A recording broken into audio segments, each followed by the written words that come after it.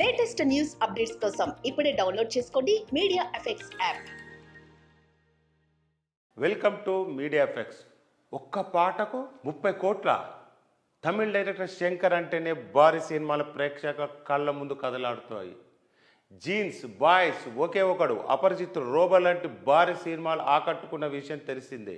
అయితే శంకర్ సినిమాలు ఎంత భారీ స్థాయిలో రూపొందించుకుంటాయో ఆ సినిమాలోని పాటలు కూడా అంతే భారీ స్థాయిలో తెరకెక్కుతాయి. తాజాగా లెజెండరీ నటుడు కమల్ హాసన్ నటిస్తున్న చిత్రం ఇండియా 2లో ఒక పాటకు డ్యాన్స్ చేసి అభిమానులను అలరించినట్టు సమాచారం.